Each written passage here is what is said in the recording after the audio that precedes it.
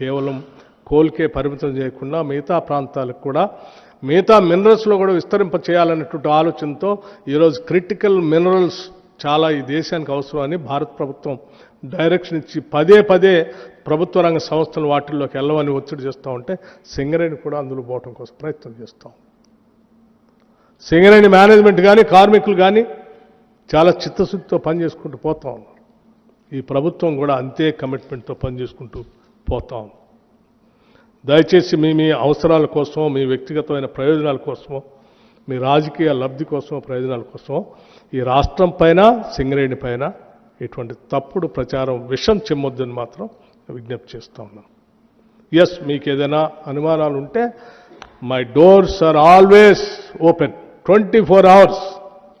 Any time you can come and knock the door. దేన్నైనా ఓపెన్గా ట్రాన్స్పరెంట్గా నేను చూపించడానికి సిద్ధంగా ఉన్నాను. ఎక్కడా దాపరికాని కూడా ఏం లేదు.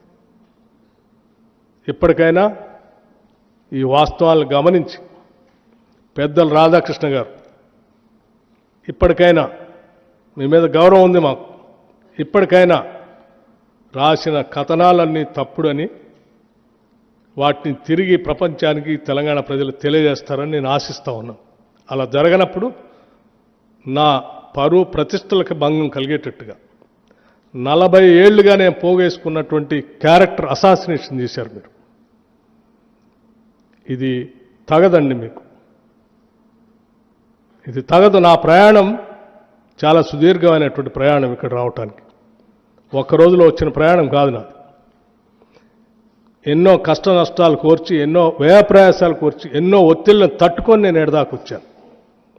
ఆ వచ్చింది ఒక లక్ష్యం కోసం, ఒక సంకల్పం కోసం. నేను ఇటువంటి చిల్లర పనుల కోసం రాలేదు, చిల్లర కార్యకలాపాల కోసం రాలేదు. నాకు వేరే ఉన్నతమైనటువంటి ఆలోచనలు, భావాలు ఉన్నాయి. వాటిని అమలు చేసుకుంటూ పోవాలి. కాబట్టి నేను మీకు స్పష్టంగా చెప్తా ఉన్నాను, నేను పోగేసుకున్న నా వ్యక్తిత్వాన్ని నువ్వు ఒక్క రోజుతో, ఒక్క కలంతో రాస్తా అంటే నేను చూస్తూ ఊరుకోవటానికి సిద్ధంగా లేదు. దయచేసి ఇప్పటికైనా మీరు, నేను వ్యక్తిగతంగా అడుగుతా ఉన్నాను, ఈ రాష్ట్ర ఉప ముఖ్యమంత్రిగా అడుగుతా ఉన్నాను మిమ్మల్ని,